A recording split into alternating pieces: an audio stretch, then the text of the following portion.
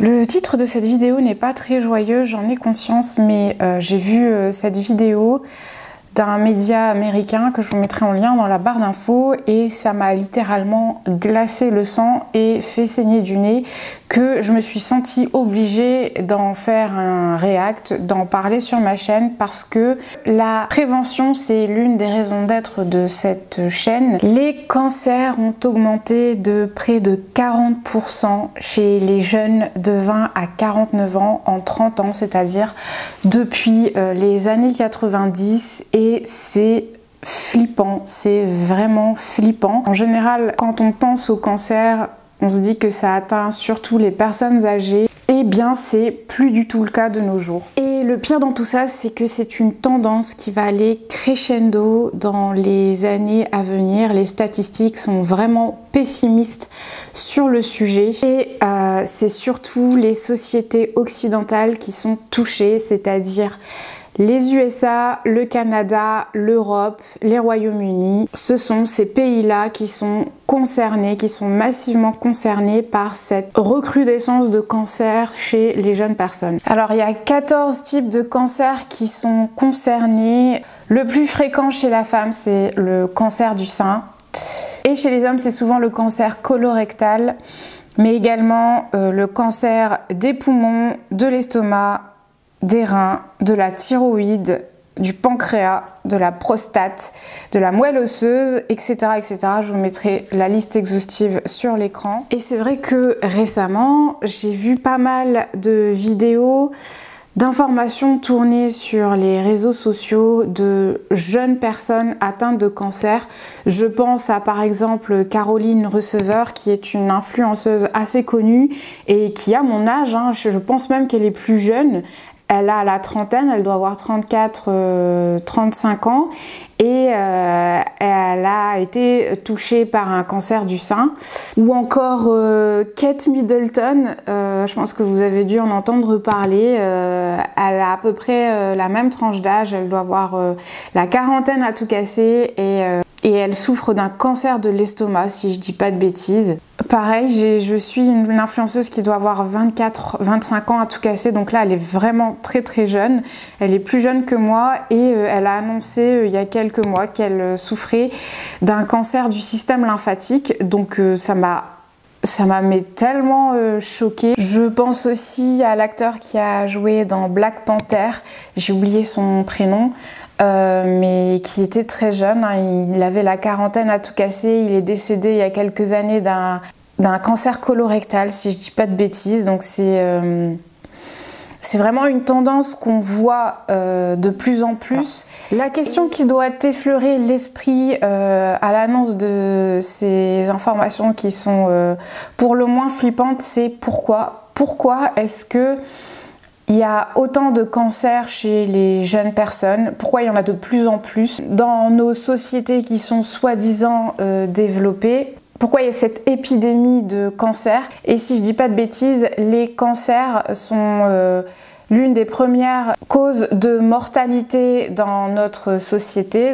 Et la réponse que les spécialistes s'accordent à donner, même s'il y a encore pas mal d'autres recherches en cours, mais beaucoup, énormément s'accordent à dire que l'une des premières causes des cancers, c'est pas la génétique. Beaucoup pensent que c'est la génétique qui entre en jeu, une notion d'hérédité dans la transmission des cancers. Eh bien, c'est pas le cas et j'ai envie de dire tant mieux parce que si un de tes parents ou tes deux parents souffrent de cancer, ça veut dire que toi tu as une très forte probabilité d'en développer un aussi et fort heureusement c'est pas le cas, même si bien évidemment il y a une notion d'hérédité qui entre en jeu dans certains cancers, mais c'est absolument pas le facteur prépondérant dans ce type de pathologie. Il y a un facteur qui l'emporte sur la génétique. Je pense que tu vois où je veux en venir, c'est l'hygiène de vie, c'est l'ensemble des facteurs environnementaux qu'on appelle le phénotype. Ça c'est quelque chose qu'on apprend en sciences de la vie. Le phénotype l'emporte toujours sur le génotype. Le phénotype c'est l'ensemble des facteurs environnementaux, le génotype c'est tout ce qui a trait à la génétique. Ça veut dire que ton hygiène de vie, les facteurs environnementaux auront une incidence toujours plus importante dans les cancers que la génétique. L'objectif de cette vidéo, c'était surtout de faire de la prévention, de te donner des conseils pour prévenir les cancers parce que tout se joue dans la prévention, tu l'auras compris. Et d'ailleurs, si tu me suis depuis un certain temps, tu dois savoir que j'ai déjà donné pas mal de conseils en ce sens. J'ai créé pas mal de vidéos sur le sujet que je te listerai en barre d'infos. Si tu veux en apprendre davantage, je vais rester très générique dans cette vidéo simplement pour qu'elle ne dure pas 3 plombes parce que mes statuts YouTube m'indiquent que quand mes vidéos durent très longtemps, la rétention est très mauvaise, donc je vais rester très générique et je vous mettrai toutes les vidéos où je suis rentrée dans les détails avec les sources, les études scientifiques que je mentionne pour valider mes propos. Donc je vais passer en revue tous les facteurs liés à l'hygiène de vie qui ont une incidence sur le risque de cancer et te donner les conseils en lien pour prévenir l'apparition des cancers. L'un des premiers facteurs de ton hygiène de vie et qui est responsable de l'apparition de cancer et pas que de cancer d'ailleurs, hein, ça engendre tout un tas de pathologies inflammatoires, mais on va rester sur les cancers parce que c'est le propos de la vidéo, c'est le stress. Le stress est l'un des facteurs number one dans l'apparition des cancers, donc il faut absolument mettre en place une routine qui va te permettre de mieux gérer ton stress. Et je parle pas de prendre des anxiolytiques, mais je parle de méthodes beaucoup plus douces, beaucoup plus naturelles comme la phytothérapie. Je vous ai fait une vidéo sur des plantes à l'efficacité prouvée sur le stress, sur la gestion du stress et sur la santé mentale parce que ça va dans le même sens. Par exemple, je pense à l'ashwagandha qui est une plante adaptogène qui a fait l'objet de moultes études scientifiques qui vont tous dans le même sens.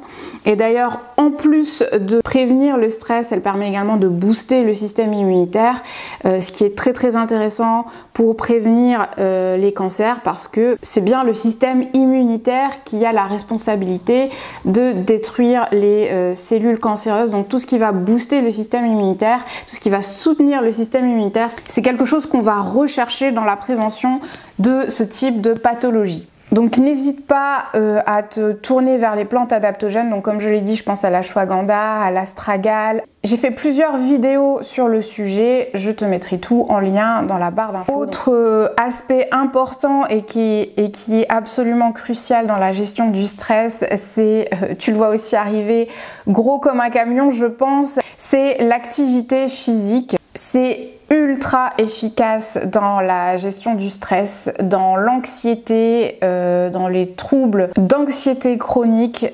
Pareil, ça a fait l'objet d'études scientifiques sur le sujet. Les personnes qui font du sport, les personnes qui ont une activité physique régulière sont beaucoup moins stressées, souffrent moins de troubles de l'anxiété. Et ce qui est encore plus intéressant, c'est que le sport, l'activité physique booste ton système immunitaire et a des propriétés anti-cancéreuses.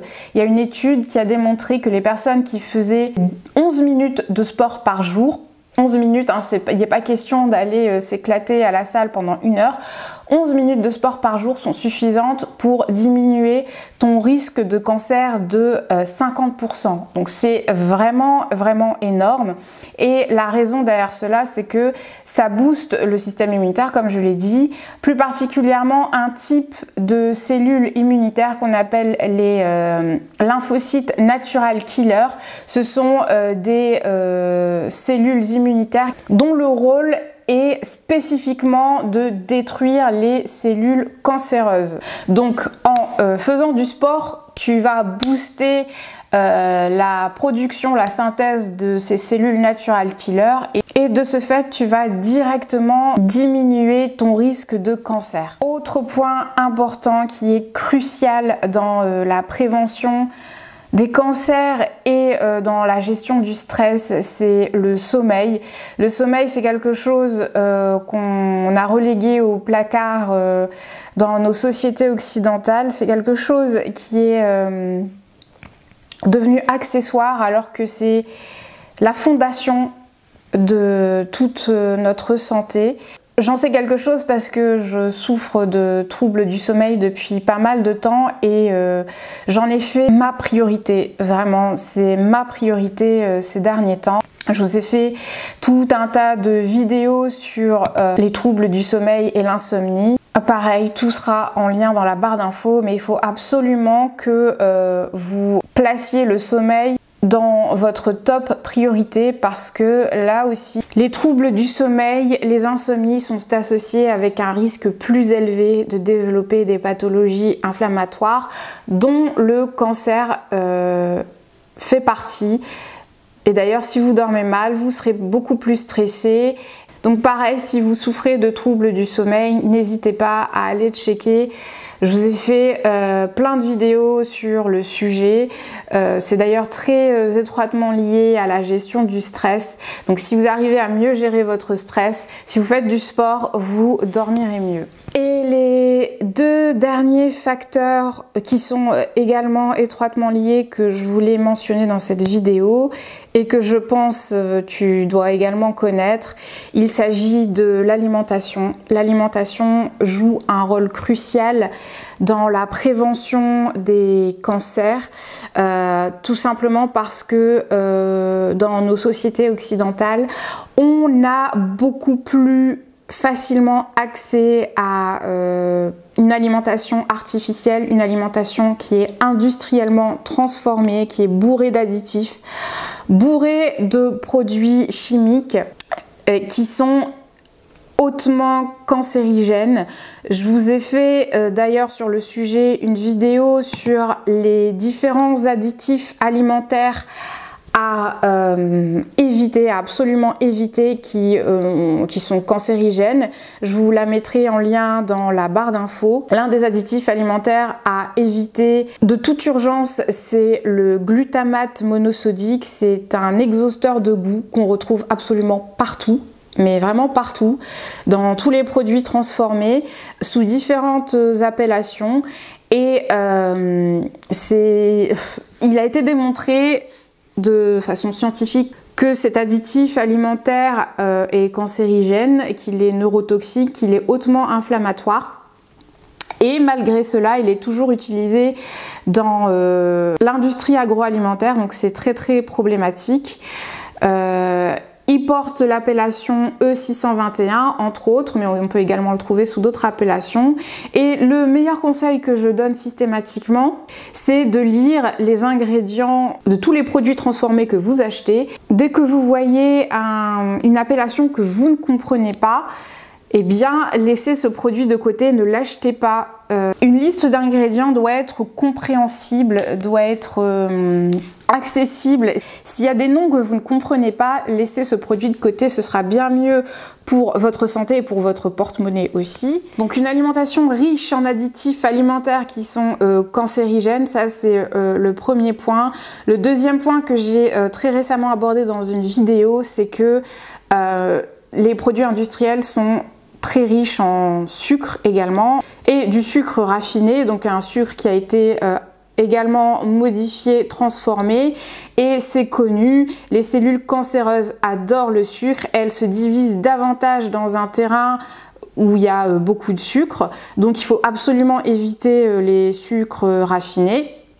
Pareil, je vous mettrai la vidéo en question où j'ai abordé le sujet de façon détaillée en lien dans la barre d'infos. Et autre point également lié à l'alimentation, c'est que on a beaucoup plus facilement accès à des fruits et des légumes qui sont produits avec des pesticides, des engrais chimiques qui sont bien évidemment cancérigènes. Je pense au glyphosate, le fameux Roundup qu'on retrouve abondamment dans toutes les agricultures classiques. D'où l'importance de consommer biologique au maximum ou des fruits et des légumes issus de l'agriculture raisonnée, sans pesticides, sans produits chimiques ou issus de l'agriculture en biodynamie. Alors je sais que les produits bio, les produits issus de l'agriculture raisonnée sont plus chers que les produits conventionnels bourrés de pesticides, de produits chimiques, que les produits transformés, bourrés d'additifs. Et ça, j'en ai conscience. Et je trouve que c'est une aberration totale. Je ne comprends pas que dans nos sociétés, on nous mette à disposition plus facilement des produits empoisonnés que des produits sains, bons pour la santé, à croire que on cherche volontairement à nous empoisonner et nous rendre malades. Je ne vais pas m'aventurer sur ce terrain-là parce que je risque de me faire strike par YouTube, mais il y a toujours des solutions, il y a toujours des moyens de s'en sortir avec ce que l'on a. Je pense par exemple au bicarbonate de soude. Il y a des études qui ont démontré que faire tremper ces légumes conventionnels dans du bicarbonate de soude permettait de s'abstraire, permettait d'éliminer 90% des pesticides et des produits chimiques présents à la surface des légumes. Donc sachez-le, hein, c'est une excellente astuce. Si vous ne pouvez pas vous permettre d'acheter des produits biologiques, le bicarbonate de soude, c'est un produit très bon marché qu'on trouve très facilement en grande surface. Donc n'hésitez pas à en utiliser si vous consommez des fruits et légumes classiques. Et autre point, c'est plutôt que d'acheter vos légumes en grande surface, privilégiez vos producteurs locaux. C'est beaucoup moins cher parce qu'il n'y a pas d'intermédiaire. Et en plus, vous soutenez directement un petit producteur. Donc ça, c'est une autre solution. Et dernier outil que je vais citer dans cette vidéo, dernier outil très puissant pour la prévention de cancer et pour le traitement de cancer également, dont je vous ai déjà parlé à maintes reprises sur cette chaîne, c'est le jeûne. Le jeûne, là encore, a fait l'objet de moult études scientifiques sur ses vertus thérapeutiques concernant le cancer. Je vous ai fait une vidéo détaillée sur le sujet. Si vous êtes curieux, je vous invite à aller la voir. Et d'ailleurs, Arte a fait un documentaire absolument incroyable sur le sujet, sur le jeûne thérapeutique et sur ses 1001 vertus, que je vous mettrai en lien dans la barre d'infos. C'est tellement un outil puissant qu'il est utilisé comme traitement thérapeutique du cancer dans d'autres pays. Je pense à l'Allemagne. Dans certains hôpitaux, il est utilisé comme moyen de traitement du cancer. C'est également le cas dans certains États aux USA et au Canada. Il n'y a que en France où on est très réfractaire sur le sujet. En France, quand tu parles de jeûne aux professionnels de santé, tu es perçu comme un hérétique. Et il y a une raison à cela, mais pareil, je vais éviter de la citer parce que, encore une fois, je risque de me faire strike, ce qui est une aberration à mes yeux, hein, parce qu'encore une fois, il y a tellement d'études scientifiques sur le sujet que ça en devient risible en fait. Ça en devient risible qu'en France on soit tellement réfractaire, ou que le système de santé soit tellement réfractaire à l'utilisation du jeûne thérapeutique. En Allemagne, il y a littéralement des cliniques où le jeûne est utilisé comme moyen de traitement pour différentes pathologies, que ce soit le cancer, le diabète et d'autres pathologies inflammatoires. En Russie, c'est également le cas. Donc c'est simple, le jeûne, c'est l'un des meilleurs outils si vous voulez rester en bonne santé. Pourquoi? Parce que le corps réagit beaucoup mieux à la restriction calorique qu'à l'excès calorique, et c'est quelque chose qui se vérifie assez facilement. Les pays qui pratiquent la restriction calorique sont les pays où la population a une meilleure longévité. C'est ce qu'on appelle les zones bleues. Je pense à l'île d'Okinawa au Japon. C'est l'une des îles qui a le plus de centenaires au monde et ils pratiquent la restriction calorique de façon quotidienne. Ils ne se remplissent jamais le ventre comme c'est le cas en Occident. Ils mangent moins et de meilleure qualité, alors qu'en Occident c'est l'inverse. On mange beaucoup plus et majoritairement des produits transformés. Et j'ai oublié un truc très important, j'aurais dû commencer par ça, mais c'est tellement évident pour moi que je l'ai complètement zappé. Mais c'est lié également à l'hygiène de vie. L'alcool et le tabac. Il y a de plus en plus de jeunes qui boivent à outrance et qui fument, et de plus en plus tôt. Et c'est l'une des principales raisons de la recrudescence de cancer chez les jeunes personnes, malheureusement. Donc, politique zéro alcool, zéro tabac, c'est du poison pour votre corps, c'est du poison pour votre santé physique comme mentale. En plus de coûter un bras, faut dire ce qui est, l'argent que vous dépensez dans le tabac et dans l'alcool, vous pourriez l'investir dans votre santé, en achetant bio, etc., etc. Alors certains vont me dire que même en faisant attention à son hygiène de vie, certaines personnes développent des cancers. Oui, c'est vrai, c'est le cas. Le risque zéro n'existe pas, mais ça reste quand même une exception.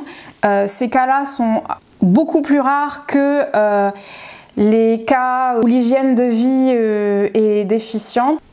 Ce qu'il faut savoir, c'est que des cellules cancéreuses, notre corps en produit tous les jours. Et c'est notre système immunitaire qui a la responsabilité de les détruire.